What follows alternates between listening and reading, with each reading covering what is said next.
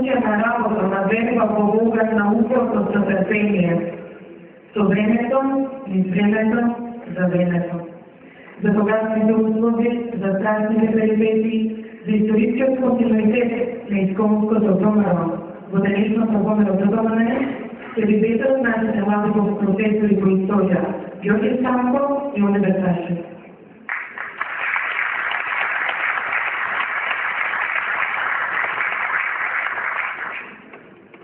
Почитувани дами и господа, драги гости, членови, симпатизери, почитуван градоначалник на општина Георгија, почитуван председател на општинскиот комитет на Домаро додомане општина Георгија, почитувани пратеници од странијата на Република Македонија, браќа и сестри. Во наредните 20 минути ќе се обидеме да ја разговориме историјата на днешната најголема политичка партија во Република Македонија, Домаро ДПМНЕ, во најважните моменти од нејзината појава до ден денешен. За појавата на македонската револуционерна организација постојат повеќе причини. По руско-турската војна и по потпишувањето на Трансилванскиот мировен договор помеѓу Руското царство и Османската империја и по Давидовиот конгрес, каде што била извршена Трансилванскиот мировен договор, македонскиот народ останал и понатаму да биде национално, културно, политички, просветно и духовно обесправен, бидејќи установувањето на Македонија под османска власт значило посегање по животите, честите и имотите на сите македонци без никакви права и заштита. Ослободувањето се дело во создавање на една револуционерна организација. Македонската револуционерна организација е основана на 23.10.1893 година во Солун од страна на Христо Татарчев, Дамјан Руев, Иван Хаджи Николов, Христо Батанджиев, Петар Бобатков и Антон Димитров. Основачкиот состав е одлучен останок на Христо Батанджиев, но треба да се имате дека друштвото се конституирало како група без да изгледа ръководство и без фиксни пръста. Конкретно, организацијата е формирана за време на јануарската средба и кога е одлучена организацијата да се вика Македонска револуционерна организација или скратено МРО и таа имала следните начини. Организацијата да е тајна и револуционерна. Нејзината територија да ја сочинуваат само Македонија во нејзините географски и етнографски граници, овде што ќе се нарекува надржност. Во неја се членуваат сите лица кои се родени во Македонија без разлика на вера и народност, политичко верување за организираните македонци е само автономија на Македонија. Да се чува самостојноста на организацијата за да не падне под влијание на политиката на соседните држави. Организацијата била поставена со строго хиерархиски и централистички принципи.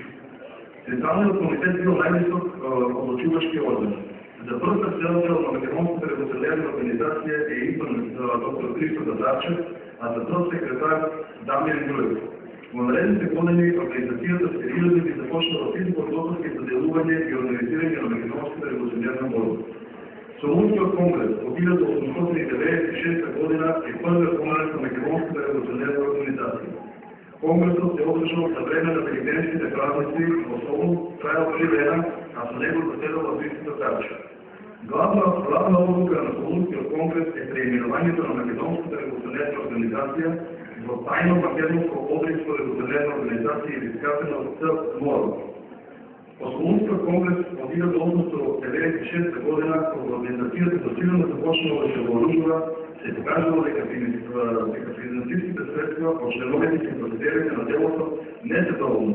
Затоа организацијата започнала да се занимува со приканување на лица со цел на тој начин да соберат средства. Бидејќи набирани голем број на богати бегови, наркомани, но и странски државјани. А најпознато е кажувањето на Уинстон. Од друга страна, организацијата добивала помош и од македонската емиграција во Бугарија, претежно од Врховниот комитет, но тоа се покажало како носно делоственост.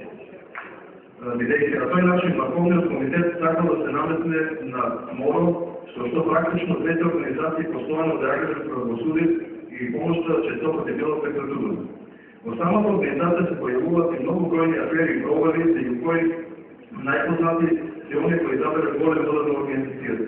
Виничка афера, Баландовска афера, Солунска афера, Струмичка афера и аферата Мистон. Виничката афера од 1897 година е првата голема провал во Тя започнала в селото Виница и предизвикала разстройство на непоселената мрежа в Скопската общност. Като резултат на величката афера организацията губи много оръжие и претърпила морални щети. От 1901 година се откри едно от най-крупните и най-гласни афери – Солунската, koja ще е предвестник на много други афери в сите вилайти на откриваните на зачетените судили.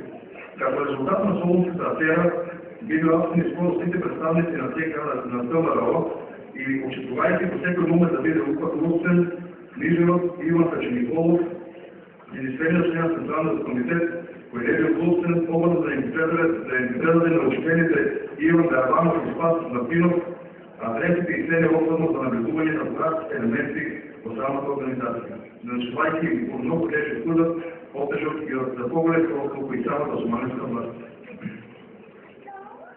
По овие провали, ръководството от 1902 година е привременно създемено от структури близки на богатска отбор, koji ima većan fond da je prikaže borбата на македонската права като борба за освободуване на богатите територии от османската власт. Тогава дело обстоятелно 4 януари е одържано и до 1905 година се održao Солунският конгрес, познат като Януарски конгрес, като ръководството на Иван Дарванов, по ръководството на Иван Дарванов било донесено решение за дигане на възстание.